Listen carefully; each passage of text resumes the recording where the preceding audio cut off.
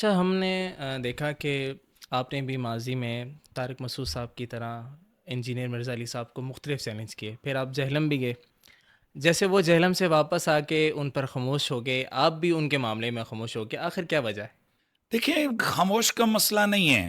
بات یہ ہے کہ ایک آدمی کی ہٹ درمی پوری قوم کے سامنے واضح ہو چکی ہے. یعنی ایک ایک مسئلے پر میں نے بھی اور ہمارے دیگر علماء نے بھی اس کو 10 10 مرتبہ نہیں بلکہ 100 100 مرتبہ جواب دیے ہیں. وہ پھر ہر نئی ویڈیو بناتا ہے اور اس میں کہتا ہے جی مجھے اس کا جواب نہیں ملا، مجھے اس کا جواب نہیں ملا. اب اس کا حل کیا ہے؟ تو میرے خیال میں قوم اس حوالے سے کافی ان کے سامنے آ چکا. اور پچھلے دنوں تو جو مرزا جیلمی صاحب نے ایک اپنا آخری جو ان کا بیانیہ اس حوالے سے آیا تھا، وہ تو پھنس گئے. ان سے کہا گیا جی کہ اگر یہ واقعی آپ کی نظر میں جو گستاخیاں ہیں تو آپ ان کو گستاخ کیوں نہیں کہتے ہیں؟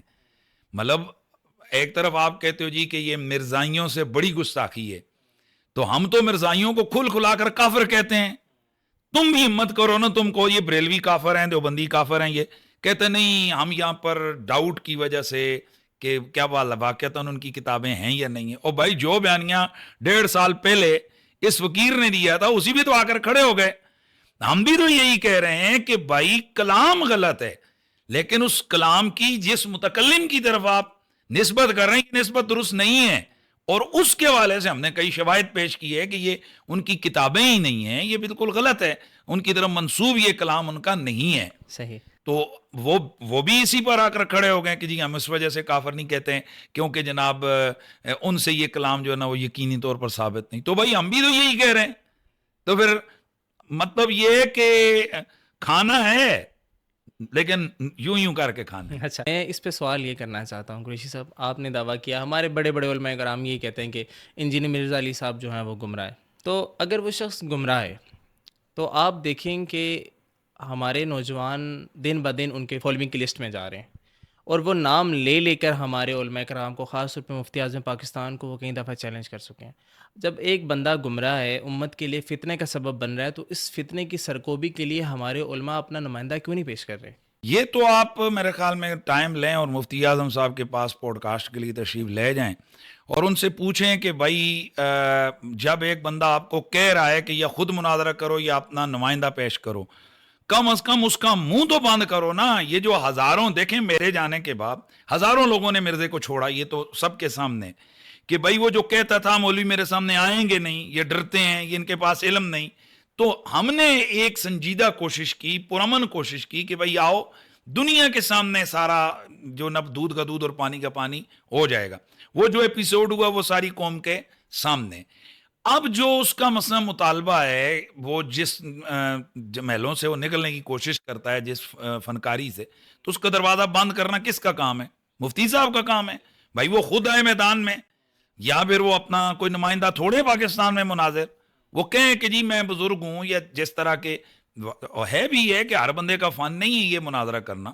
تو ٹھیک ہے، وہ کسی اہل سنت کے کسی بندے پر اعتماد کر کے اس کو کہیں کہ بھائی میں پورا بیان دیں، وہ کہ بھائی ٹھیک ہے یہ ہماری طرف سے ہے اور اس کی فتح ہماری فتح ہے، اس کی شکست ہماری شکست ہے، چلو آ جاؤ بیٹھ جاؤ مناظرے میں. ٹھیک ہے. اچھا، مرزا صاحب کے حوالے سے آخری میں سوال کرتا ہوں. ابھی مختصر فیصلہ بھی نہیں آیا تھا، سماعت نہیں ہوئی تھی، تو مرزا صاحب نے اپنی داڑھی پر ہاتھ پھیر کر کہا تھا کہ یہ مولوی اس فیصلے کو ریورس کروا کے دکھائیں، میں دیکھتا ہوں کیسے کرواتے ہیں. ان کو کیا کہیں گے؟ دیکھیں جی، مرزا جو ہے نا بنیادی طور پر یہ ایک شرلیاں چھوڑتا رہتا ہے، اچھا. اور یہ ایک نا اپنے آپ کو جس طرح وہ پیش کرتا ہے نا، میں بڑی چیز ہوں، ککھ بھی نہیں ہے. وہ ایسے لوگوں پہ اثر انداز ہونے کے لیے اس کو ایک ذہن میں تھا جی کہ چونکہ سپریم کورٹ کے جو فیصلہ ریویو پہ بھی ہو جائے تو وہ واپس ریورس نہیں ہو سکتا. حالانکہ اسی چیف جسٹس کا فیصلہ ریویو کے بعد دوبارہ جناب اللہ اس کے حوالے سے فیصلہ ہوا، وہ تو نظیر ہمارے پاس پہلے سے موجود ہے. تو یہ ایک لایانی بات، اس نے ایک دیکھا نا کہ جی کوئی رستہ نہیں ہے تو نہیں ہو سکتا، تو اس نے کہا چلو میری بھی جو ہے نا وہ کرامت نظر آ جائے گی. نظر آ جائے گی. والے سے ایک بتاؤں، وہ جو تھا حسن صبا، وہ جو لوگوں کو نشہ دے کر وہ معاملہ کرتا تھا، تو وہ ایک دفعہ جو ہے نا وہ جہاز میں تھا، تو جہاز جو ہے نا وہ ڈواڈول ہونے لگا. اس نے کہا لوگوں رک جاؤ، میں تمہیں کہتا ہوں کہ کچھ بھی نہیں ہوگا، آرام سے بیٹھ جاؤ. اچھا کچھ طوفان شفان تھما تو وہ جو ہے نا وہ کیا ہو گیا، بالکل ٹھیک ہو گیا معاملہ. تو لوگ آگے اللہ اللہ پہنچی چیزیت ہاں چچو میں. تو اس کے ساتھ اس نے کہا تو نے اتنے کانفیڈنس سے کیسے کہہ دیا تھا کہ یار اس جہاز کو کچھ بھی نہیں ہونا؟ تو دیکھ اگر اسے کچھ ہو جاتا تو پھر تو تیری بات جھوٹی ہوتی. اس نے اس کو کان پہ تپاچا مار کے کارے پگلے. اگر ہم جو ہے نا سمندر میں تھے, جہاز غرق ہو جاتا تو ان میں سے کس نے کہنا تھا کہ حسن صبا نے جھوٹ بولا ہے.